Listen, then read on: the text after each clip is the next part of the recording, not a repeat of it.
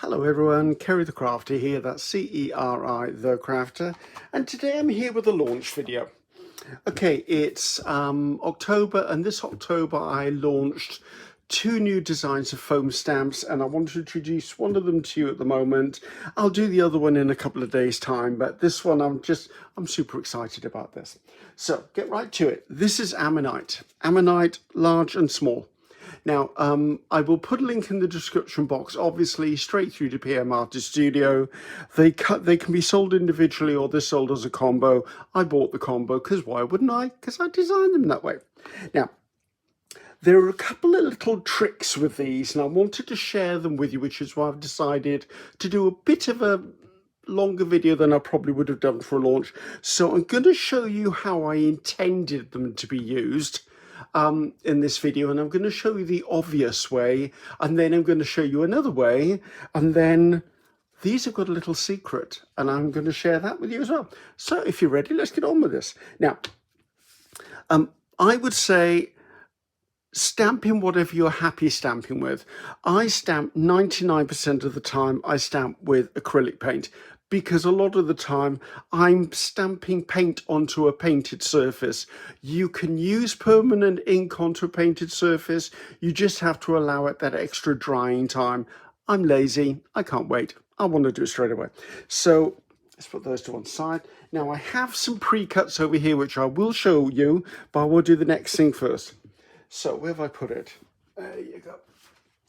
Okay, this I created at about midnight last night because I was trying to prep for this video, and life's a little busy at the moment. But I'm hoping I haven't made it too busy, but I absolutely love this print. And before you ask, no, there isn't a video on this. If you think I'm standing here in my PJs at gone midnight trying to video, no, it's all I can do to function sometimes, but I'm finding I create better at night. So what I want to do is show you how I would normally use this. Remember, I'm using black acrylic paint. You would be using ink if that's your choice, or you can stamp in black acrylic paint. So I'm just going to pull in a small gel plate, just my 5x7, because I like to use that as my palette. Also, everything that I have stamped in preparation for this has been done with the same method, okay? Just so you're aware. So I put a little bit of this opaque paint out. I'll be so glad when I'm out of this paint. It's like chewing gum. I have no idea what's wrong with this stupid paint. It's working well, but it's very frustrating. And I'm just going to spray this out. What I want is an even coat on my gel plate. It doesn't have to be too thick. And then I'm going to come in now, gently pressing in the middle, because when you cut a foam stamp with a laser, sometimes heat makes them sort of just contract slightly in the middle, which is very often you'll find the middle doesn't stamp properly. That's usually the reason. So I just tap and I keep going in circles. I can see by looking at it that I've missed some places. I'm just going to tap. I'm not hammering it into it. I think that's good enough. And I have a get out of jail free card for you as well. If it didn't stamp properly, I'll tell you what to do. So I put it down, and then I do an even pressure. And I say an even pressure, it's as if you've got a stamping block on it. You want an even pressure. I tend to give a little bit of an extra pressure in the middle because, as I said, sometimes foam stamps curve. There's no need to bash this stamp. It does what it's designed to do. So that's the large size. Right, again, come in with a smaller one. I love this print. I'm very fond of the colour blue. Again, just put it down, firm even pressure. If you've got too much paint on your stamp, it might slide. Okay, that's why I'm a little bit cautious sometimes of how much paint I put on. I think I want one more around here somewhere. Probably about there, actually. Now, just a little history on this foam stamp, just because people like to know things like this. Right, I'm going to continue. I'm going to put some paper towel down, and I'm going to stamp a few pieces off the design because this is meant to be a background at the end of the day, and I want to complete it so it can just go into my stash. This stamp was drawn by me on one of my favorite places. If you follow me on social media, you will know I very often go to Cardiff Museum, the National Museum of Wales. It's sort of my place for going for a coffee and a bit of cake, and I like looking around the exhibits, and I'm inspired by what is there. And I love fossils, I love archaeology, I love anything like that. And this I actually drew while at the museum looking at their fossil collection. So this is actually based on a real life ammonite, a real dead ammonite. I simplified the design slightly because there were reasons I wanted to simplify it. I just wanted to make sure that it had options, should we say.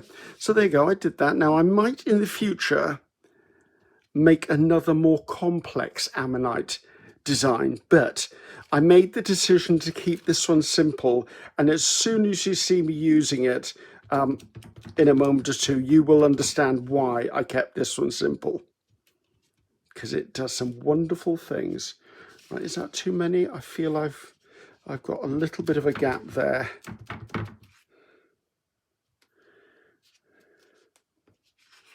And I think a little tiny hint of the end of this by here will be good. Right, I've probably gone way out of shot here, haven't I? Get my thumb out the way. Oh, actually, let's put that in the bin because I'll end up, you know how black paint travels. Okay, so this is where we're at with this. So as you can see, now I could have done this in gold, I could have done it in copper, I could have done it in orange because it would really clashed with the background and given a really good effect. You could have done this in white and it would look beautiful, but as you can see, it doesn't take much to take this to the next level. So let's put that up to one side to dry. And then I've got a tag that is already started, and you'll see the reason for this in a second. Well, in a few minutes, to be honest with you. I'm just going to come in. I want to put a couple of these on here just to complete the background. I think by there's probably where I need it. I do kind of have an idea of the design in mind. Oh, come off. So there you go. That's given me my background for a tag. We will complete this one in this video. The background that I just created, this is now done as far as I'm concerned. It's complete. It will get used for maybe journal covers or something like that. Now, I am going to pause the video now because I'm going to stamp these off onto some more papers, and I'm going to clean all of this up, and then I can come back to you, and then I can show you what I've been working on, and then a few clever little tricks with this, which I'm really, really excited to share with you. And I'm back. So another thing I did at gone midnight last night, or this morning, whatever you should call it, is I went through my stash of tissue papers because I had a memory, and in the last 12 months, I did a review of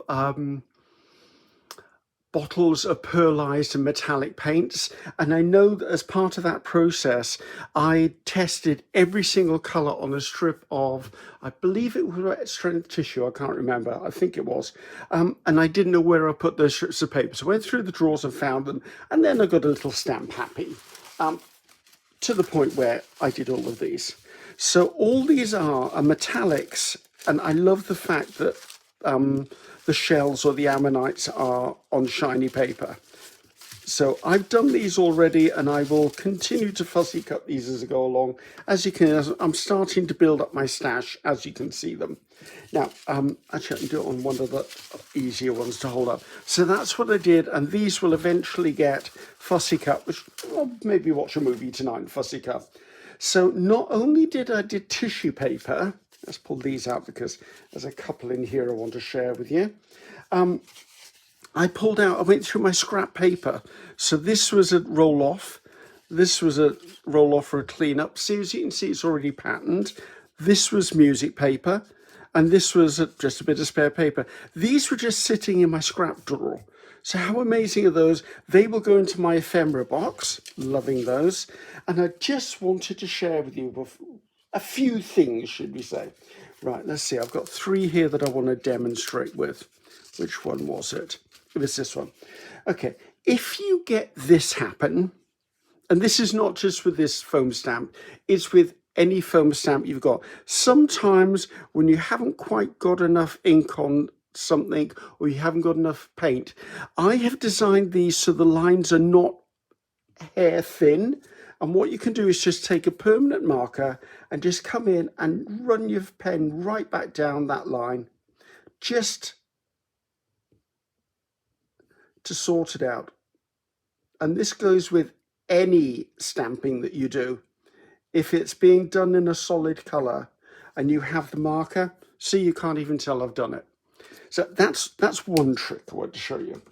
So let's talk about cutting these out. Now, as you know, I don't like fussy cutting, so whenever I design something, I design it so that it's as simple as possible. Now, I have used scraps for stamping on. Now, you would normally stamp onto the background itself. This is where I came in, and stamping on bits of tissue and spare bits of paper gave me stuff like this, which I will use in my art journal. I'll use it. I could use this in my planner.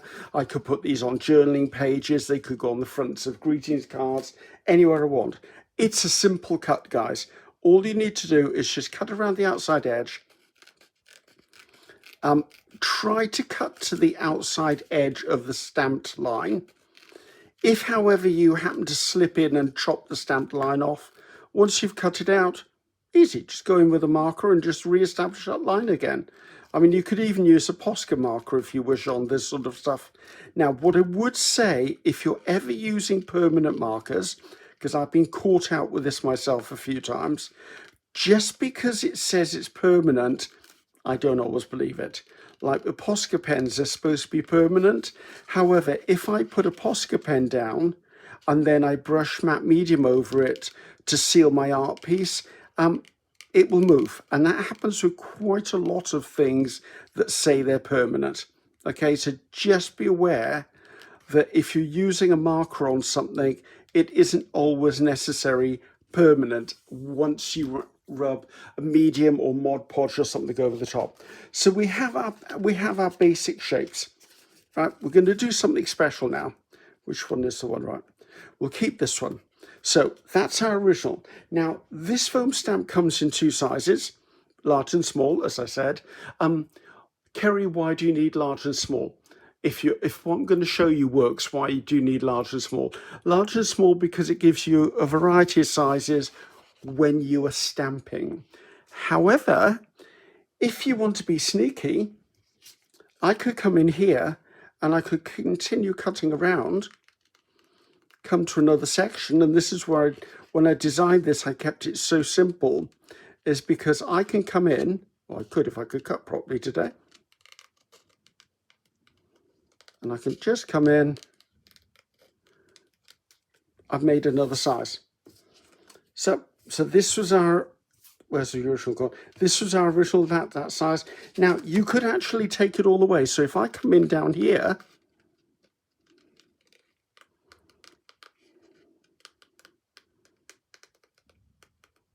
and I cut up here, obviously the man with the biggest hands in the world trying to cut the smallest article. But this is another thing to do, is if you have stamped and you haven't stamped them correctly, maybe there's a bit missing or you slipped and you've got a double line somewhere, then just have a look and go, which bit can I salvage? A little snip of that little bit off there. So here you go. There you go. I haven't made it that big, but I have now. Let's just trim that to a little bit less than a point. And one thing more with them. This was the edge of my scrap, and I knew I couldn't get the whole stamp on, but just by stamping anywhere on here, I can come in, and again, I can just change this, and I can change where the end is. Now, I believe when Mariah and I were talking, because we were chatting about this and uses for this, which I'm not going to talk about because PM Artist Studio, I think, is got an idea bubbling under, and these would work for it. So I'm going to let that one bubble under until we've got it all sorted out. However, there's at least 30 of these sections. So effectively, you could take one of these stamps and cut it into 30 different sizes. So as you can see, all cut from exactly the same piece. I think that's special. Another thing that's really nice is because these have got nice sections, you could come in with your markers. Say this was stamped onto just normal paper, you could come with your markers. You could even do like a rainbow flag, you could shade it in. Alcohol markers, you could do all your shading so that the edges will actually give the idea of it rounded. Say you do one of those watercolor backgrounds that's really misty, mystical and faint, stamp these on and you give yourself something that looks beautiful like this, because if you look at shells in nature, they're never perfect. They're never one solid color. There's always slight variation. I mean, I've cut these out of tissue paper because oh, that's not a tissue paper one, nor is that one. Oh, that's good. There you go. This is pearlized, and this was a cleanup sheet that's got colors on it. But I love the fact that these have got a shine to them. Remember, if you're gluing these down with matte medium and you brush over the top, they no longer have a shine. Just so you're aware, that's what happens with that. So let's go back to, I love that one. That's so cute. How sweet is that? Let's go back to our tag. So I'm going to get a magazine and a bit of Pritt stick. So I've now got my tag really quickly done, as you saw, and I can have a look and see which one I want. Now, prime example, it's the wrong color for that, isn't it? Prime example, that's way too big for this card. What am I going to do about it? I can take it down a notch. So if I come down, I think it probably needs to come down to about here, if I was completely honest.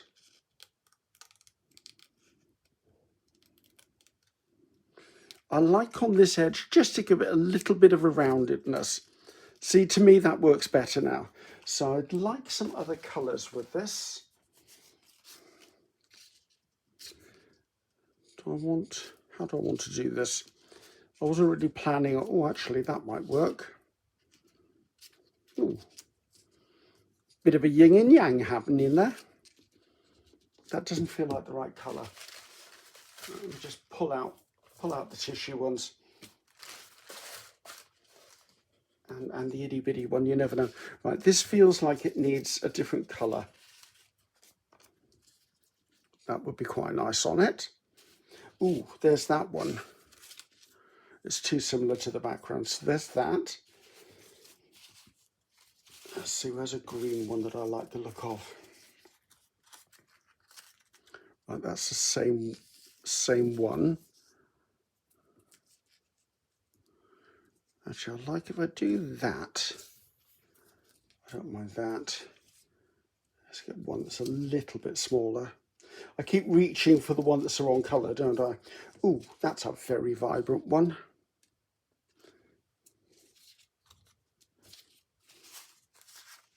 Sorry, I wasn't planning this bit, guys, so you've caught me kind of on the hop. I keep going back to this one. I think I'd quite like to just add a little one in the corner somewhere. Almost like a bit of a cluster. Let's just come up here with that one. Yes, I think we'll do that. Right, bear with me. Bit of gluing. I'm using Pritt stick because that's my favourite glue stick. It's the one I trust. Now, this is wet strength tissue. I can feel it is now. And I know that it's okay to stick down with this. Just pop that on there. I can trim off the side in a moment. That's one. Let's do the pink one next. This is actually just, I would say this is presentation paper by the feel of this.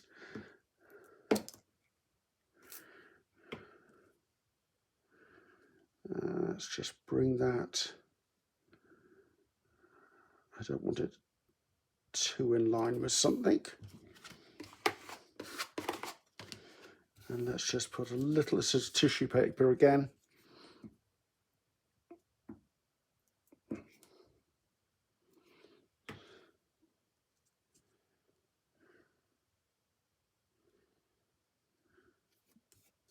Put that over there.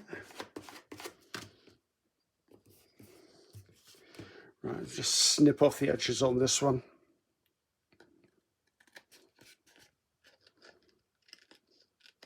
But it's a great way to use up your offcuts and maybe your brayer offs and all the little snippets you have hanging around.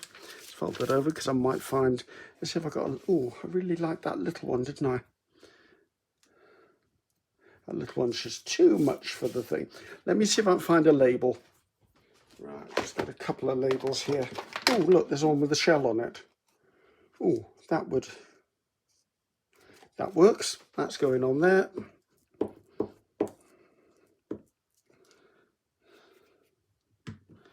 Stick you on the side of there, young man. Do I need something up there? I probably do. Flowers wrong. I think I need a number. Right, a couple of boxes of numbers. I quite like this neutral sort of coloration. That's the wrong one. I'm just looking for a number that works, to be honest with you. What about you? I think you can go on there. Just going to give this a bit of a vintage photo around the edges, just to take the stark whiteness of this away.